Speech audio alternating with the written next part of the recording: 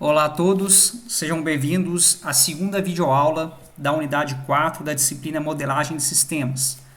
A unidade 4, equivalente à parte de casos de uso, e agora nessa segunda videoaula eu vou apresentar para vocês a especificação dos casos de uso. Para que serve a especificação de um caso de uso? Tá? A especificação do caso de uso serve para a gente poder ter um melhor entendimento do sistema, né? Porque a gente viu na videoaula passada que o caso de uso ele tem uma semântica informal e bem simplificada, né? Do que os atores, né, realizam no sistema. Mas é preciso a gente entender um pouco melhor como cada ação, né, cada requisito é realizado no sistema. A especificação funcional ela pode vir acompanhada do protótipo ou um ou outro. Ou seja, eu posso fazer a especificação funcional e ir direto para a implementação, ou então fazer o protótipo e não fazer a especificação funcional. Agora, o ideal, né, é que se façam os dois, porque um complementa o outro. Um ajuda a entender como que eu vou executar aquele requisito no sistema. Então, a partir da especificação funcional, a gente vai conseguir ter um entendimento maior entre analistas e usuários dos mesmos. E o uso, né, da especificação funcional vai para o documento de requisitos e ele é feito em linguagem natural, também para entender melhor todas as ações. Existem diversos padrões estruturais, a OML não padroniza um template de especificação dos casos de uso, mas dos livros mais importantes eu fiz um apanhado e vou mostrar no template para vocês aqui. Tá? É uma coisa importante dos casos de uso, né? Da especificação são cada atributo, né? Então você vai definir, por exemplo, nome, ID, entrada, saída, os fluxos que são muito importantes. E, por exemplo, aqui tem o identificar o vendedor. Nele, né, você vai identificar o produto, identificar a quantidade vendida. Então, todos os atributos entram também na especificação funcional. O template que está lá nos slides de aula é esse aqui, ó, que é um resumo e uma unificação das referências bibliográficas que a gente usa na disciplina. Então, a gente tem lá o número, o objetivo, o ator principal e usuário, e secundário. Entradas e saídas, pré-condições, pós-condições, fluxo principal, alternativo e restrições. Eu vou mostrar um exemplo para vocês a partir do nosso estudo de caso, que é o do sistema de locadora de veículos. E aí eu vou explicar cada um desses campos de maneira mais detalhada. Então, lembrando, o nosso diagrama de caso de uso do sistema de locação de veículo da última videoaula é esse aí, ó. A gente tem 8 casos de uso. E eu vou escolher, para a gente poder fazer a nossa especificação, um caso de uso um pouquinho mais complexo, né? Que é esse aqui, ó, registrar locação do veículo, cuja responsabilidade principal é do funcionário, o cliente tem alguma informação como informar seus dados. Tá? Eu não vou optar por escolher um CRUD, né, um de manter cadastros, por exemplo, porque ele é bem mais simples de fazer. Então, eu abri aqui um arquivo Word, tá? Do meu sistema de locação de veículos, e nele eu tenho os meus 8 requisitos funcionais. Especificação de caso de uso você faz apenas para requisitos funcionais, já que ele é um detalhamento, né, do caso de uso que só desenha, só modela requisitos funcionais.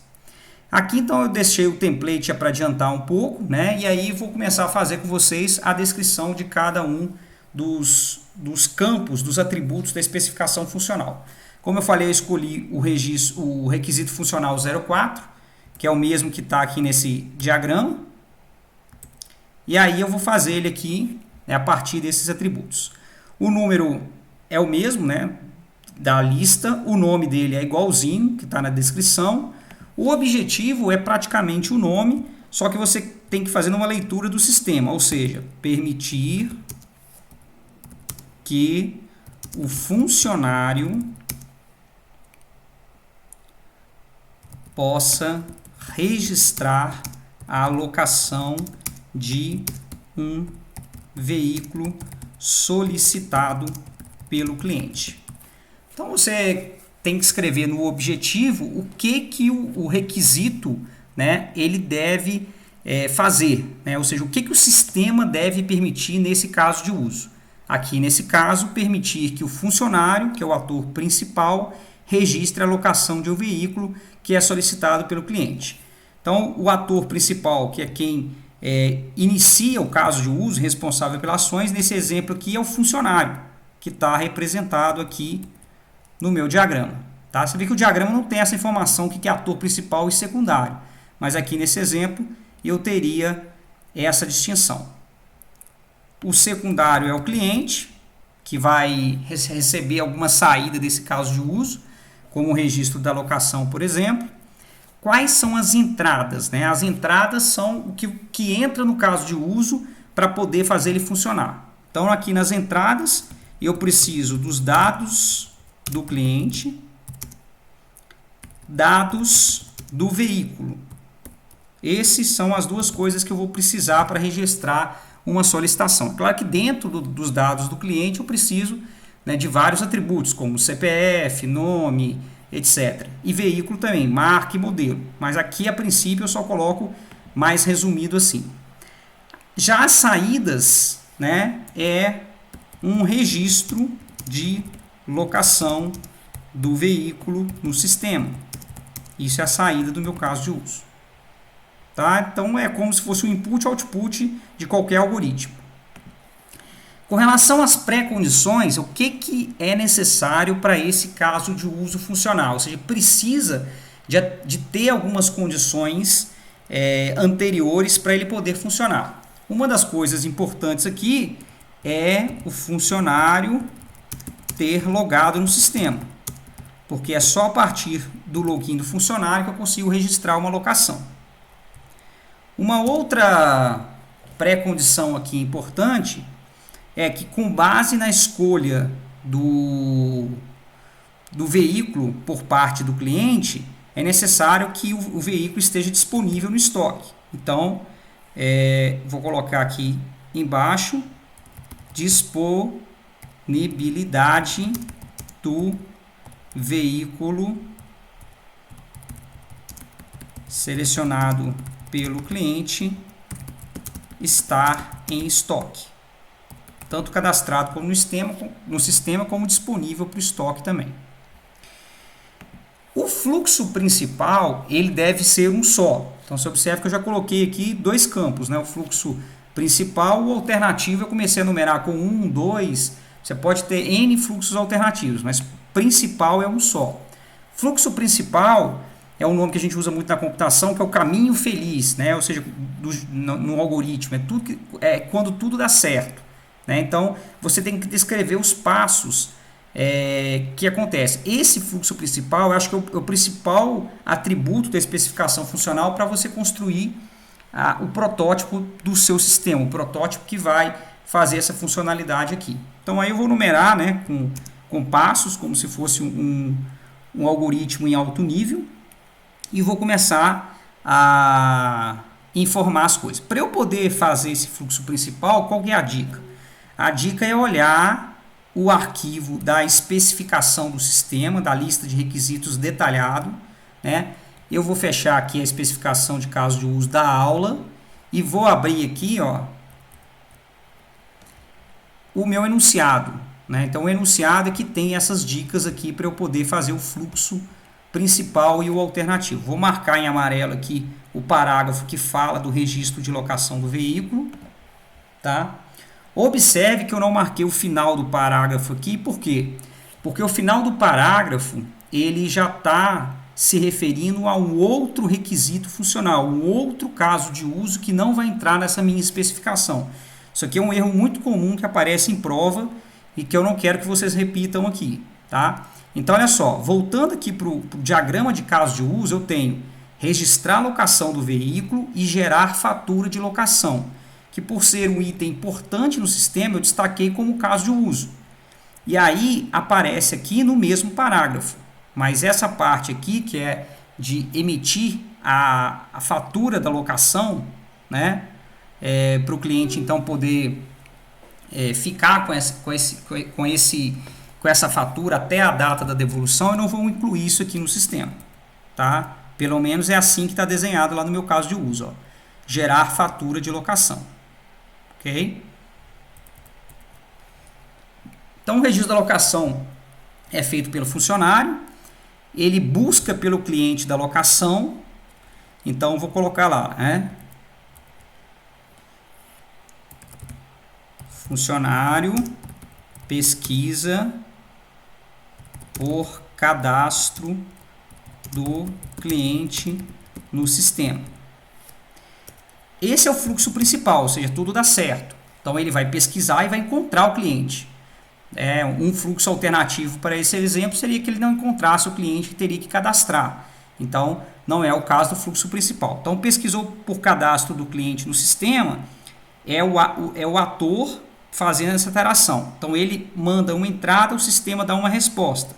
E aí você tem que escrever assim, ó, sistema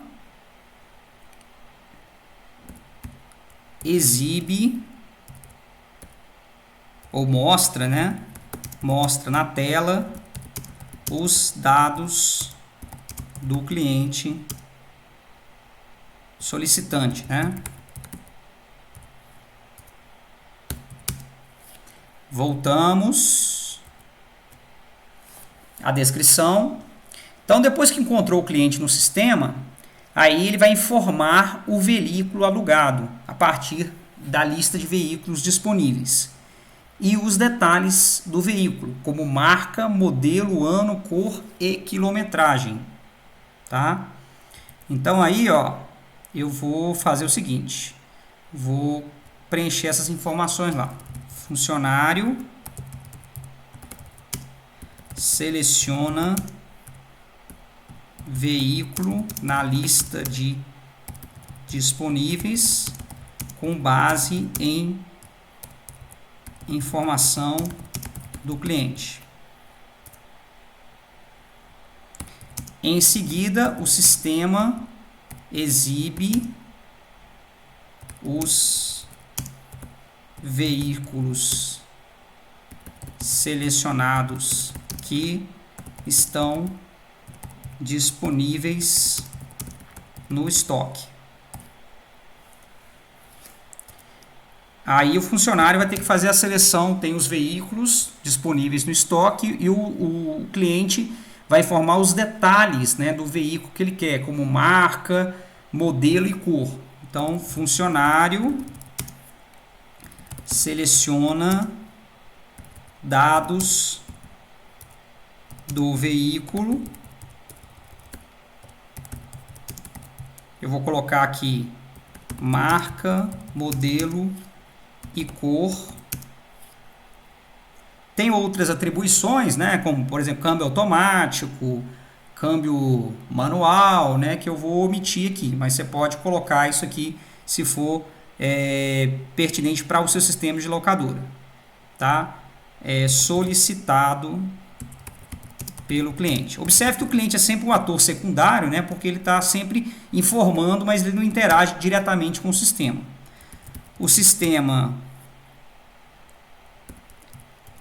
exibe, né, os dados do veículo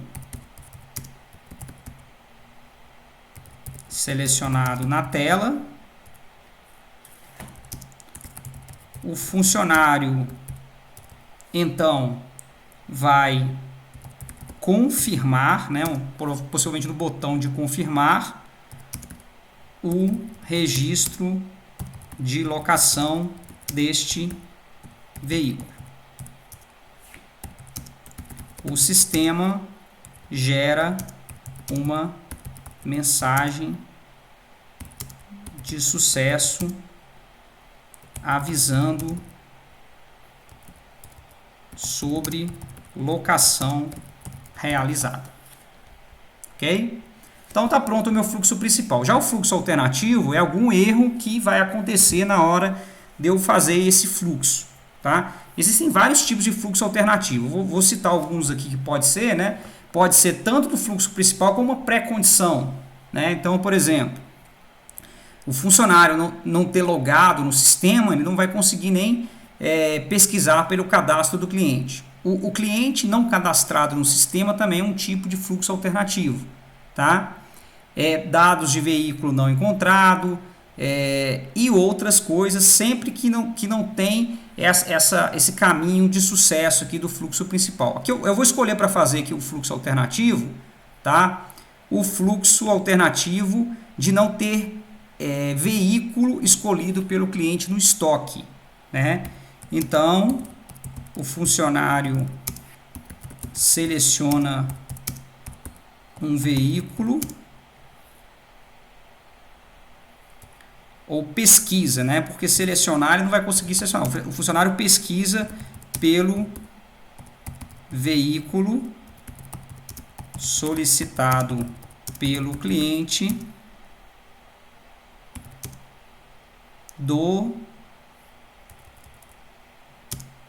na lista.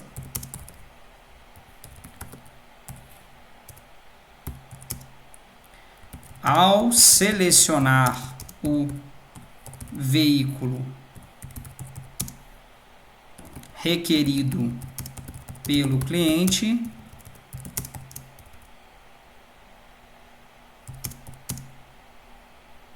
o sistema informa que não há estoque disponível deste tipo de veículo.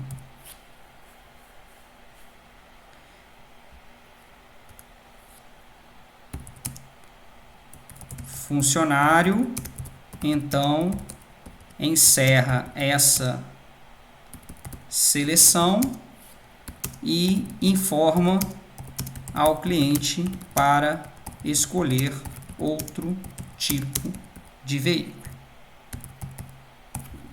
Tá, então, um fluxo alternativo possível. Nas minhas avaliações de trabalho, eu especifico, né, em geral, no máximo 1 ou 2 fluxos alternativos, que não dá para ficar fazendo todos aqui. Por exemplo, falta de preenchimento de campo obrigatório é um fluxo alternativo que aparece em várias situações. Tá? Então, alguns são bem óbvios, então não é importante colocar. Só é importante colocar aquele que faz mais sentido para o nosso sistema. Então, a aula de hoje foi sobre especificação de casos de uso. Obrigado por assistirem. Aí a gente volta na próxima videoaula, já com a unidade 5.